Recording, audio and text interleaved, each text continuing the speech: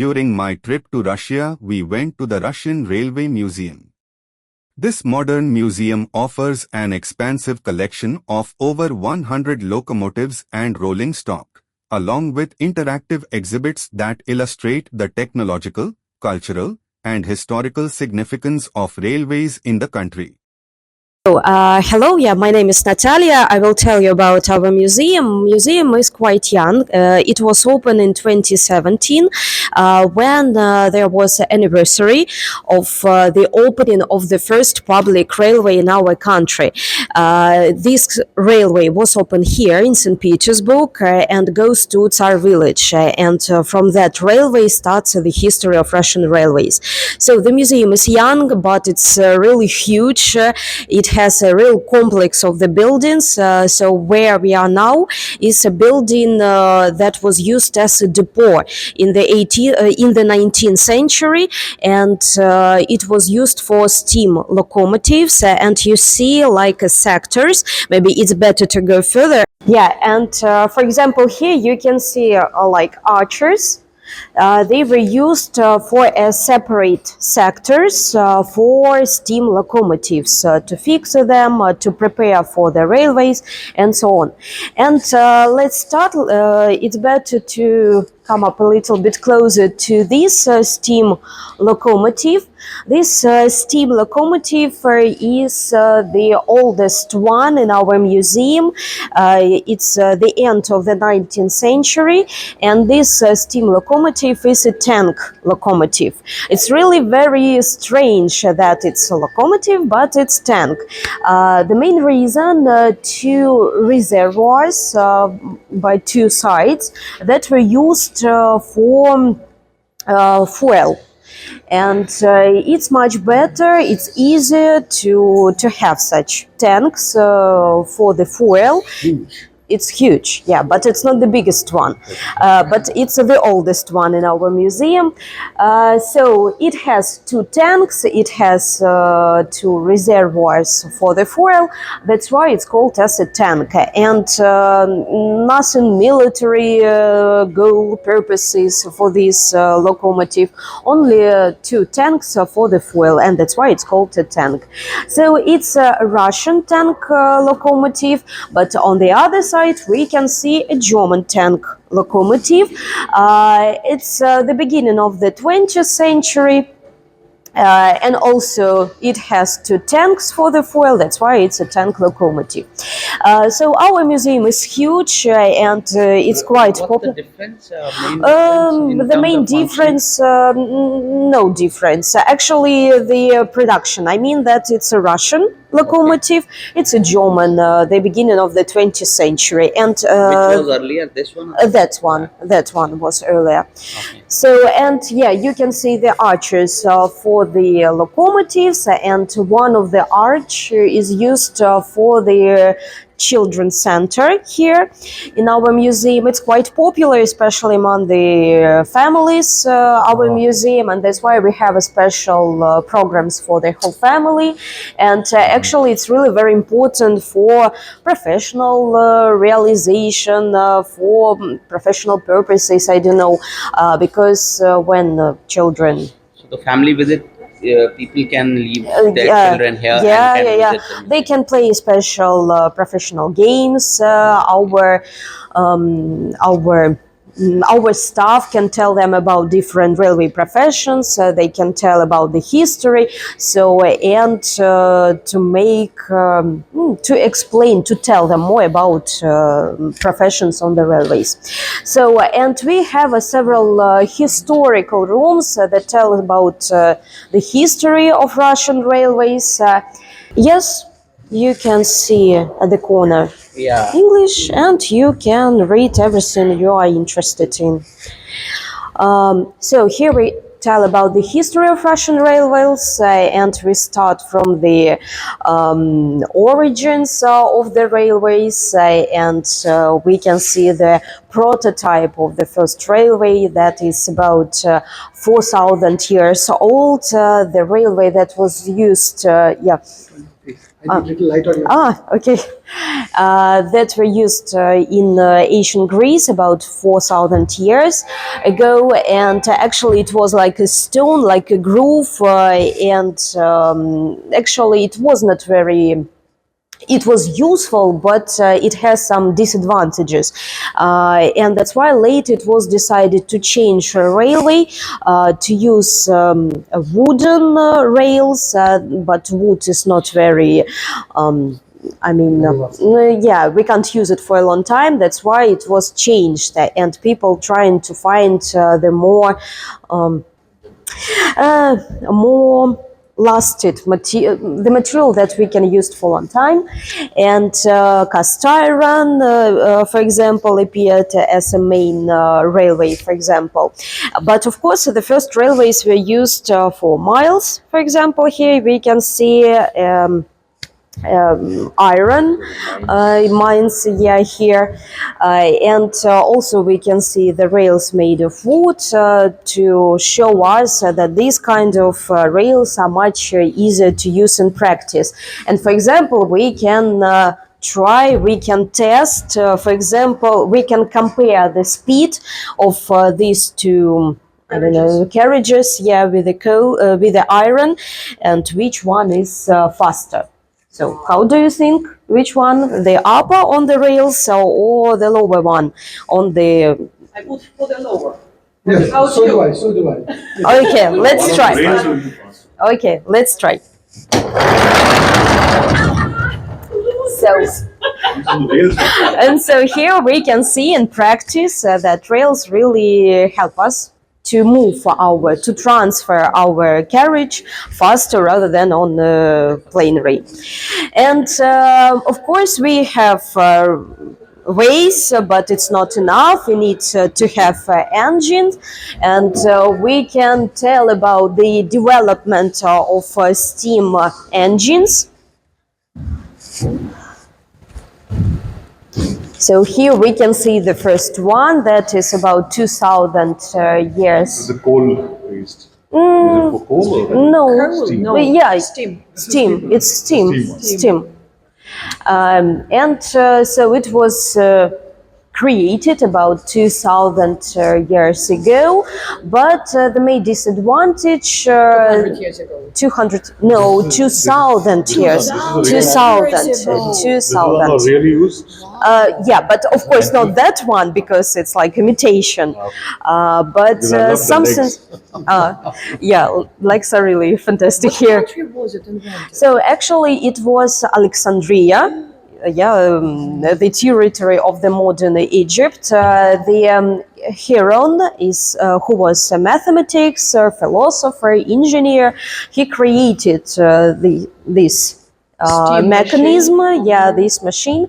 But the main disadvantage, he did not understand how to use it in practice. That's why, yeah, it was created, but how to use, he didn't know. No idea, yeah. But in several centuries later, in England, James Watt decided to create, steam engine. The James Watt engine. Yeah. And the main advantage of this steam machine that it was used in practice for different factories in England, and actually it was like a first step to industrial revolution in Europe. And it was in Europe, but what about our country? In our country, we have our genius, Ivan Polzunov, who created this machine in the second half of the 18th century, and actually it was one of the powerful steam machine in the world at that moment. Actually, it was very important, for example, for cast iron factories, so for big production. But unfortunately, it had never been used for a long time. After the death, creator, the engineer Polzunov. But anyway, it was made. It was for the fabrics, for the different factories. But what about the transport? At the beginning of the 19th century, The engineer, the machinist, the mechanics, mathematics, Trevetic from England decided to put a steam machine on their колесо как будет Wheel. on the wheels. So, and the first steam machine appeared, but it did not have any high speed. It was about 4-5 kilometers per hour. But you can try yourself like a passenger of the 19th century. So we have the same practice in our country as well. Really, it's more northern. Yeah. It's a little bit about 100 kilometers to the north. Gorgeous museum. Yes. Скажи, что он I каждый wish we could have something like this. So, and this steam locomotive, touristic steam locomotive, goes every day. Все, я сказала. Все. And the first steam locomotive in our country that was created by the Russian masters. It's a model because unfortunately the real one was not preserved, and but fortunately we have different Layouts. layouts, yeah, to keep, and that's why we can have this model. So, and I told you I started our tour in the museum with the very important anniversary of 180 years of the opening of the first public railway in our country that appeared here in St. Petersburg. And here we can see the model of this first railway from St. Petersburg to Tsar village. And that's why the railway is called as a Tsar village railway. Tsar village is a summer residence of Russian emperors where the Amber Room is. So maybe you know about this room in the palace. This time they do not visit, but maybe before you have visited it. Amber Room. The room that was made of Amber. It is called as well. Doesn't Matter. Tsar's village. Next amber, time. yeah.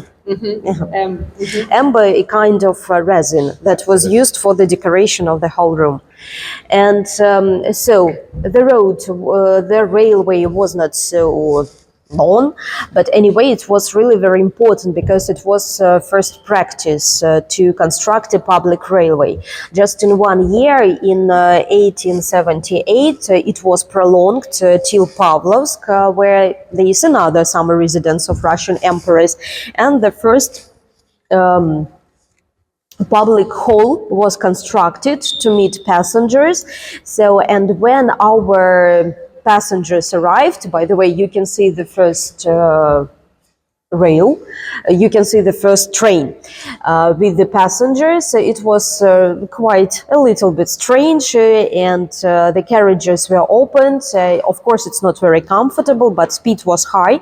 Anyway, our passengers, when they arrived Pavlovsk, they were very glad because there were concerts, there were musicians. For example, you can see the orchestra, you can see the dancers here, and because of the music, because of the concerts that were given here, the hall got name as music hall or Vox Hall, Vox Hall in England. Yeah. Очень хорошо. Sure. And full visit, it's just presentation of the And here we tell about different kinds of railways that were constructed in different areas of our country. The longest one, the Trans-Siberian one, the last stop of this railway, Vladivostok, we can see here. So you have a train from St. Petersburg to Vladivostok? Not from Moscow. From Moscow, yeah, from Moscow. And the construction was really very difficult of this railway. It was a real challenge for the Russian people, but anyway, the result is fantastic. The development of Russian economy, the development of the whole country, and we can see the last stop here. Of course, the development was really very important, and the development was possible due to the persons. For example, here we can see the Minister Hilkov. Due to him, about 3,000 kilometers of railways in Russia were constructed, but it was the beginning of the 20th century. And you can see him personally, and also different other ministers. Also, you can read. You can see there's some, I don't know, some subjects that also joined with the history of Russian railways. Of course, musical notes because of the first concerts. You can see Russian подстаканник, glass holder. That also has association with the Russian railways. I don't know, different medals, signs of respect from the Russian emperors to the ministers for their development. So everything you can read and touch here in this table. And of course, passengers travel a lot. There were different passenger coaches. The passenger coaches divided in 4 classes. The first one is the most comfortable one, and you can see such seat like a sofa. You can see a carpet. Yeah, it's huge. It's like I don't know. Yeah. But of course, usually passengers had to put this carriage in a special carriage, because it was really huge. It's for the first class. On the other side, you can see for the peasants who got actual. maybe, but anyway, it's about 100 years ago. It was quite comfortable.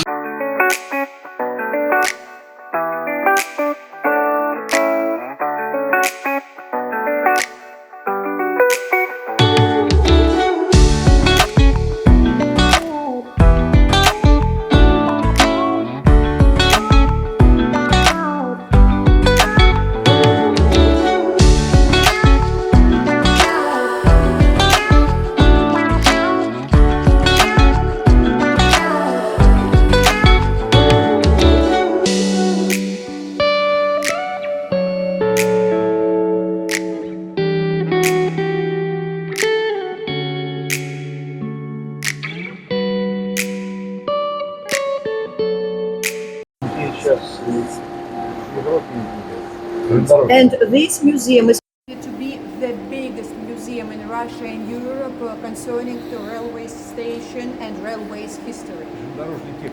And you mean actual or the museum? No.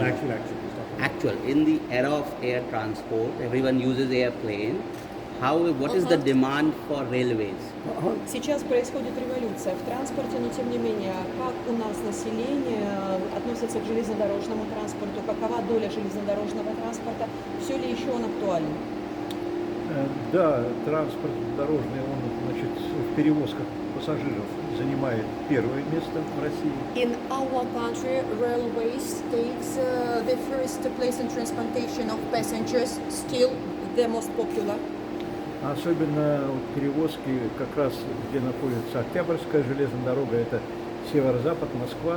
Вот между Петербургом и Москвой самые большие перевозки, значит, пассажиров. The most popular destination and the most demanded destination is just the center of Russia and northwest of Russia. In short, we can say, let's say, all surroundings about Moscow and St. Petersburg. Ну, если говорить по московскому региону, они первое место занимают по пассажирским перевозкам. Первое место. Да, Петербург второе после Москвы. So, but just to precise exactly, Moscow region is number 1, the usage of railway transport, and St. Petersburg is number 2. И железнодорожные перевозки являются, конечно, основными перевозкой пассажиров. и грузов. And passenger transportation as well as cargo transportation is still number one, very demanded. 5,000 kilometers is the distance of new project. А каковы у вас международные связи? Ну, мы входим в Союз международных музеев железнодорожных. So this museum is a part of International Museums Association. У нас мы участвуем в совместных выставках до пандемии. Before pandemic, this museum took participation in all exhibitions concerning railway history. Just he continues to answer, sorry. Последняя международная выставка The last international exhibition of railway museums took place в 2020 году 2020 в Австралии. in Australia. Мы там тоже участвовали, представляем наш музей. And we represented our and promoted our museum there. И следующая международная выставка планировалась в понедельник уже у нас в музее в России. 22 And for 2022, in a project, it was the presentation of all international museums in St. Petersburg already, but pandemic ruptured all plans about it. And the decision was taken just to move the date of exhibition. We don't know for a while, but we are ready to develop our cooperation, our partnership with all museums dedicated to the history and tradition of railways.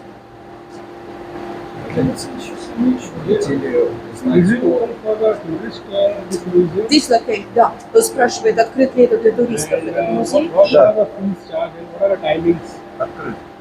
And What are the timings are there for the tourist visitors and what will be the fee, the entry charge, fee charge? В общем, каким образом посещают, сколько длится визит, стоимость, вот эта информация интересует. Стоимость у нас билета 400 рублей. So first, the cost of the ticket, it starts from 400 rubles and depends on category. How many categories is there? Сколько категорий у нас? Дети, школьники, студенты.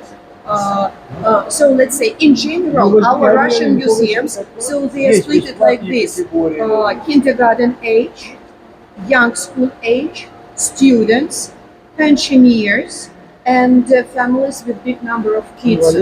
They have some special discounts. Пенсионеры железнодорожники бесплатно.